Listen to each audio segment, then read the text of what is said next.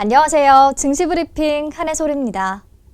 하루하루는 긴 것 같은데 일주일은 어찌나 금방 가는지 모르겠어요. 벌써 금요일인데요. 오늘도 브리핑 보면서 하루 잘 마무리하셨으면 좋겠습니다. 네, 3월 6일 브리핑 시작할게요. 뉴욕 증시의 축제가 단 하루 만에 끝났습니다. 미국 내 곳곳에서 코로나19 확진자가 급증하고 있다는 소식이 투자자들의 공포를 자극한 건데요.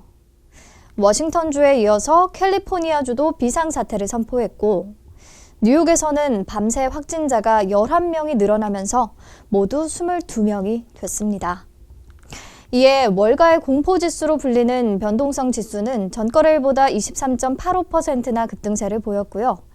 미 국채시장에서는 10년물 수익률이 사상 최저치인 0.9% 선으로 떨어졌습니다.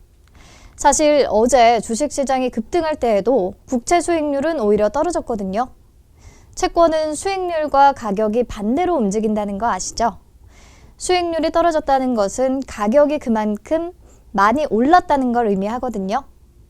즉, 안전자산인 채권으로 수요가 몰리고 있다는 뜻입니다. 그래서 미국 상원이 83억 달러 규모의 긴급 예산 법안을 통과시켰고요. IMF는 500억 달러 규모의 대출 프로그램을 가동시켰습니다.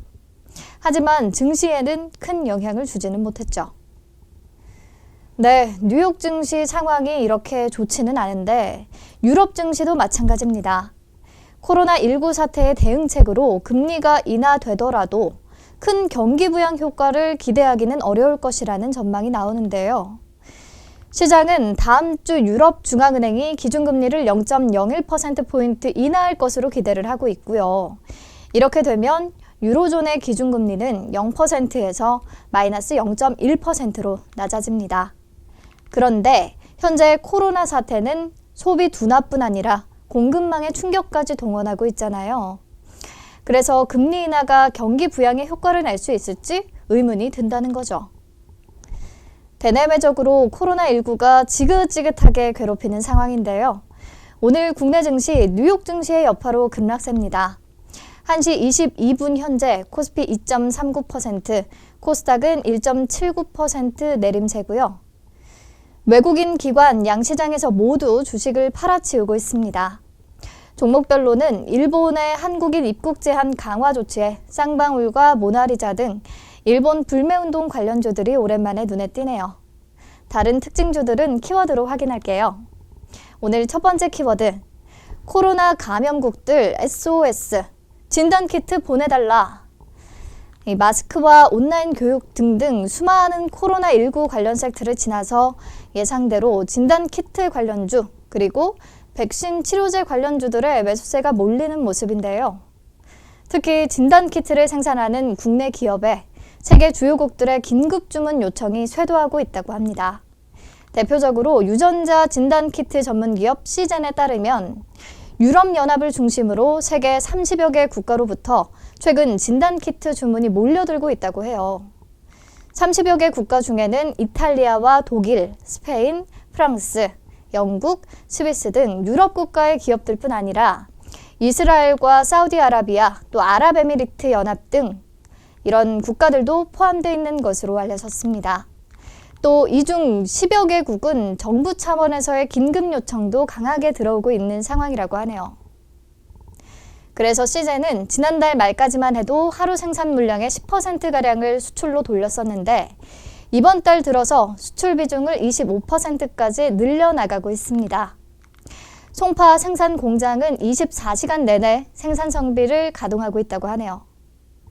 시젠은 코젠 바이오텍, 솔젠트, SD 바이오텍과 함께 식약처로부터 코로나19 진단키트 긴급 사용 승인을 받은 4개 국내 기업 중 하나입니다. 네, 다음 또 다른 진단키트 기업 수젠텍, 오늘 장 초반부터 상한가로 직행했는데요. 코로나19 신속 진단키트를 개발했다는 소식 덕분입니다.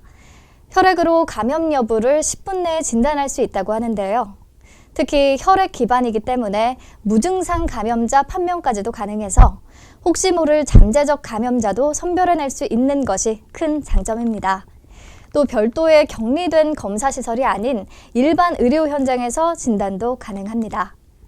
이미 국내 대학병원으로부터 임상시험 승인도 받은 상태라고 하네요. 그리고 수젠텍과 함께 묶이는 것이 TS 인베스트먼트와 K맥입니다. TS 인베스트먼트는 수젠텍에 투자한 벤처 캐피탈 중 하나고요. K맥은 현재 수젠텍 지분 3.14%를 보유하고 있습니다. 다음으로 같이 볼 종목은 랩지노믹스입니다. 이 랩지노믹스도 코로나 진단키트의 수출 허가 취득과 또 중동지역 판매 개시 소식을 전해왔는데요. 지난 3일 식약처로부터 진단키트의 수출 품목 허가 인증 절차를 완료했다고 하고요. 이로써 본격적인 해외 판매를 개시한다고 밝혔습니다. 첫 해외 판매 지역은 중동이고요. 누어제네틱이라는 회사에 초도 물량 5,000 테스트를 납품하게 되는데요.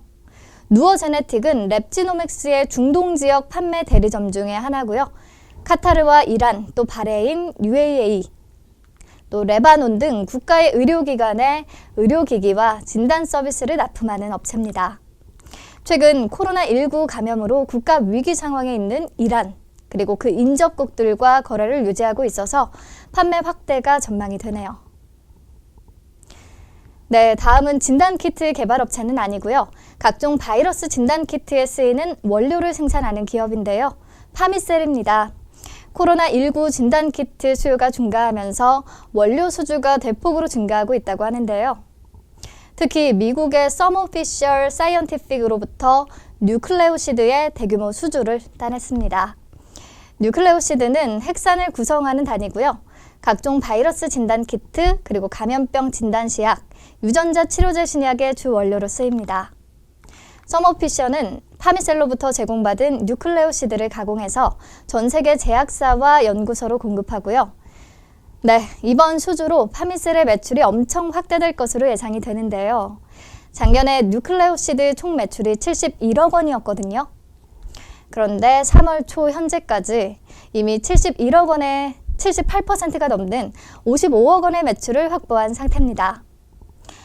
네, 다음 두 번째 키워드, 5G 시장 확 커진다.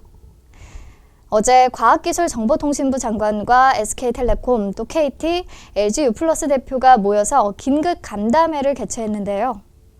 올해 상반기 5G 통신 등에 투자할 예정이던 27조 원보다 약 50%를 늘린 4조 원대 규모를 투자하겠다고 발표를 했습니다. 지하철과 철도, 대규모 점포, 대학교 등 다중이용시설에 대해 집중적으로 5G 설비 투자가 진행될 예정이고요. 코로나19 확산으로 경제적 피해가 집중된 영세 소상공인과 자영업자를 대상으로 통신요금 감면도 추진합니다. 네, 아무튼 통상적으로 통신업계는 하반기에 투자가 집중돼 왔는데 이번에는 상반기로 투자 시점을 끌어당긴 셈이고요. 투자 규모도 대폭 늘어났기 때문에 통신 3사의 장비 공급업체, 삼성전자, 노키아, 에릭슨의 수혜가 기대되고요. 이들의 협력사인 KMW, 오이솔루션, 서진시스템, 에이스테크, RFHIC 등 통신 장비주들도 주목해 볼 만할 것 같습니다. 또 언론에 따르면 중국 지도부가 어제 5G 이동통신망 구축과 인터넷 데이터 센터 건설 등을 필두로 경기 부양 정책을 공식화한 것으로 전해지고 있거든요. 어쨌든 5G 투자는 전 세계적인 움직임이고요. 글로벌 5G 투자가 향후 5년간 약 1조 달러에 달할 것으로 예상이 되고 있기 때문에 관련주들은 긴 호흡으로 좀 보셔도 될 것 같습니다. 네, 오늘 브리핑 여기서 마치겠습니다. 이번 주 마음은 불편해도 몸은 편한 주말 되시길 바라면서 인사드릴게요. 다음 주에 다시 만나요.